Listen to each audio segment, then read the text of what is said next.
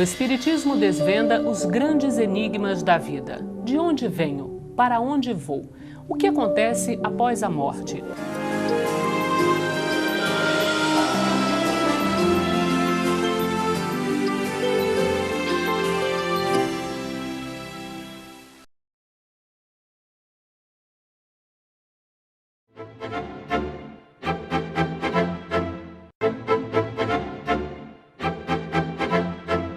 Estamos iniciando mais um programa Transição, a visão espírita para um novo tempo. Para nossa alegria, mais uma vez conosco, Divaldo Franco. Tudo bem, Divaldo? Tudo bem, graças a Deus.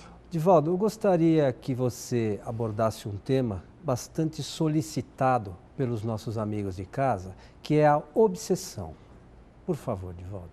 Se eu matei alguém, se eu traí, se eu abandonei alguém e me locupletei dos seus bens, se eu sou um indivíduo infame na colocação da ética, eu trago isso no meu inconsciente, a culpa.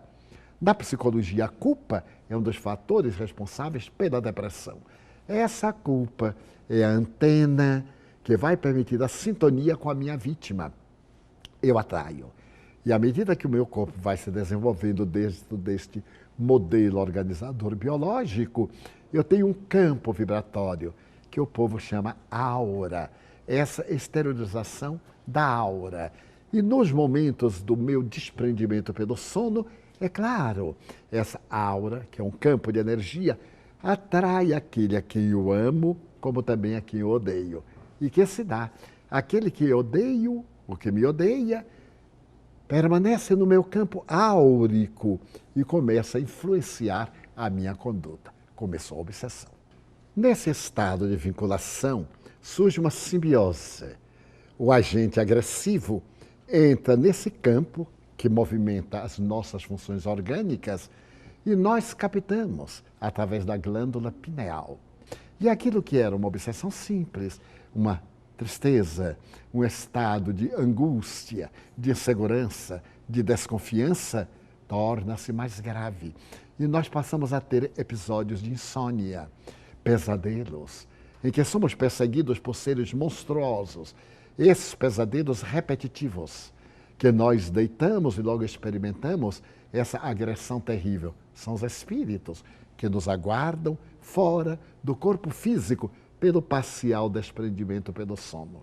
E essas obsessões tendem a agravar-se, até o momento em que o ser invasor adquire o controle das nossas faculdades mentais, da nossa emotividade e até mesmo nosso corpo, aurindo as nossas energias no que chamamos muito bem de vampirismo. Quantos pacientes que passam a ter agora a volúpia de comer, e quanto mais comem, menos nutrem-se. E outros que perdem totalmente o apetite, que são sintomas também da depressão. Como se intercambiam as duas forças? A entidade perturbadora usufrui as energias, vampiriza-nos e nós vamos deperecendo e podemos agora ser vítimas terríveis de induções ao suicídio, de induções à morte por falta de energia, graças à obsessão. A obsessão é muito mais frequente do que parece. E Allan Kardec, no livro A Gênese, tem a ocasião de dizer que, periodicamente, a depressão torna-se uma verdadeira epidemia. Ele disse isso em 1868. Imagine o que nós estamos vivendo hoje, é uma epidemia de depressão.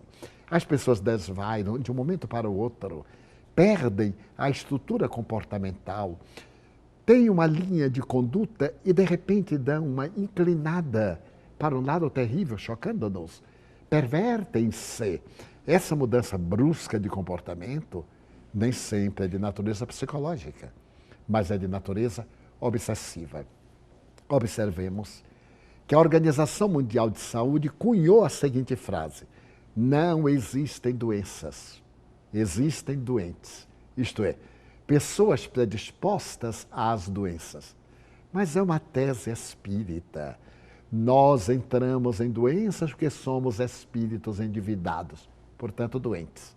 A obsessão é porque nós carregamos as marcas das nossas defecções morais e, portanto, somos espíritos doentes, que oferecemos o campo de hospedagem para essas entidades perversas. Um notável estudioso da depressão estabeleceu que a depressão pode ser considerada como uma planta parasita. Essa planta parasita chega na árvore como uma semente, como um pólen. E então ela encontra campo, a umidade. Ela se vai desenvolvendo, enraiza-se até chegar à seiva da planta e passar a nutrir. Ela cresce e em breve ela mata o cavalo, aquela que lhe serve de ostentação. A depressão seria assim. Mas que fazer diante deste problema que se agrava? Agir de uma maneira psicoterapêutica preventiva, cultivar as boas ideias. Nós temos hoje um arsenal extraordinário de obras que nos propõem uma vida saudável. Por exemplo, nós assistimos a um grande número à vida de Chico Xavier. Também um grande número assistiu Nosso Lar. Obras que nos conclamam a grandes reflexões. Mas a maioria de nós assistiu a essa película que tem arrebatado as multidões já na sua segunda edição, a respeito do crime do jovem coronel que mata o bandido, que estabelece a ordem e etc. Mas nós recebemos aí uma mensagem que seria positiva, mas através da hediondez, através da violência, através do crime. E então nos armamos, criminoso bom é criminoso morto. Ué, como é que pode uma sociedade pensar dessa forma? Será que o criminoso não é resultado de um contexto social injusto?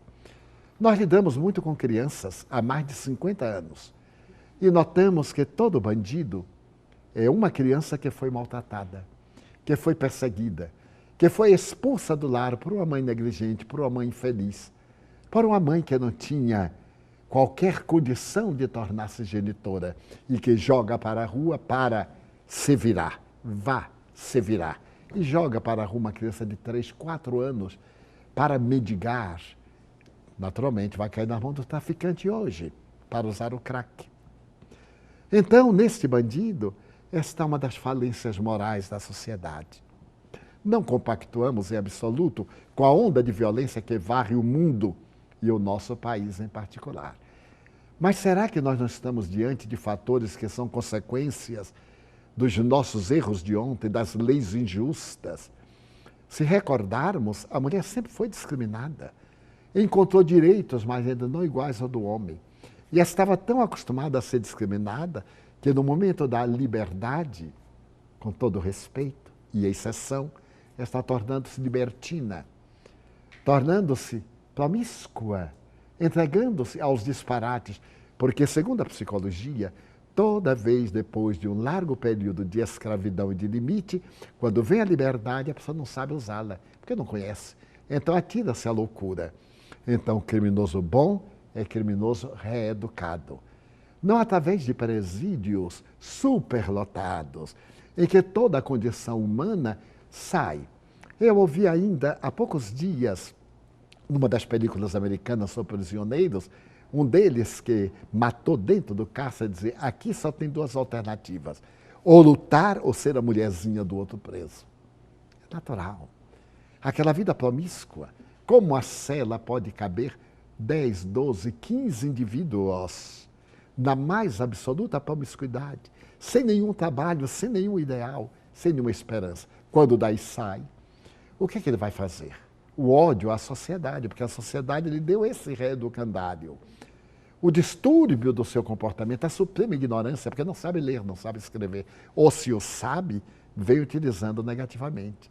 E depois as influências de espíritos equivalentes, que estão conspirando contra o bem na Terra, que nós abordaremos oportunamente. Então é necessário que mudemos de atitude através das boas leituras, não somente as soluções pelas tropas de elite, mas pelas tropas de elite da educação, em que, havendo maior número de escolas, métodos mais saudáveis, em que o aluno não tem a opção de vai à aula se quiser. Que discernimento tem uma criança, um menino de 6 anos, entre jogar futebol e ir à aula? É claro que ele não vai à aula, ele vai ao futebol. Entre ir nadar e dar aula aos 10, 12 anos. Então nós precisamos de reformular os nossos códigos educacionais para podermos evitar os bandidos de amanhã. Mas então me falam das classes privilegiadas. Privilegiadas em dinheiro, não em educação. Pais negligentes, nas altas posições econômicas. Ainda me recordo do assassinato do índio, que foi a Brasília para participar das solenidades de proclamação do presidente da República e foi assassinado vilmente por jovens da melhor aristocracia brasileira.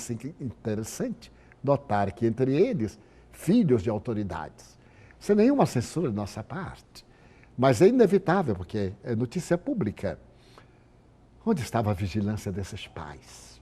Deram tudo, menos educação, menos princípios éticos. Então, as obsessões são a consequência de todos esses delitos. A justiça humana falha, mas a divina, não. Nós encontramos muitas vezes um juiz que diz, ele é primário, deixa-o solto. E nós evitamos ser levados ao cárcere depois do crime, mas a consciência de culpa permanece. Nós desencarnamos, reencarnamos e a nossa vítima vem cobrar.